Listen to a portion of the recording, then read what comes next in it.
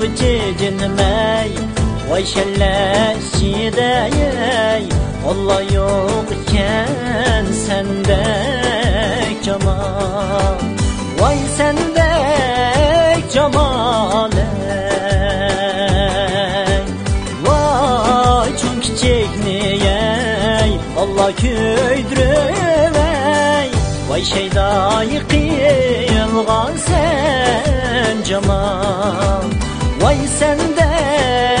cemal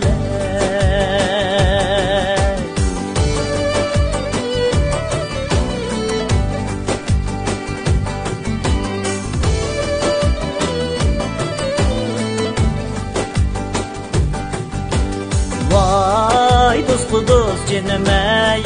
vay kıldın beni vay düşman güdüz kıldın beni vay kıldın beni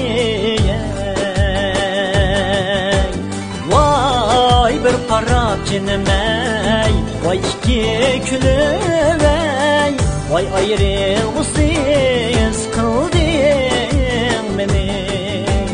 vay kıldın beni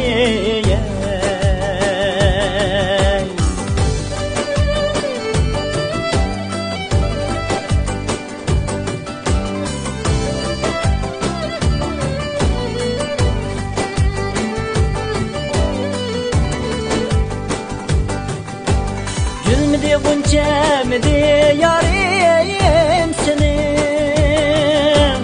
vay başındaki vay başındaki içide kullanmadım kimlerdi vay kaşındaki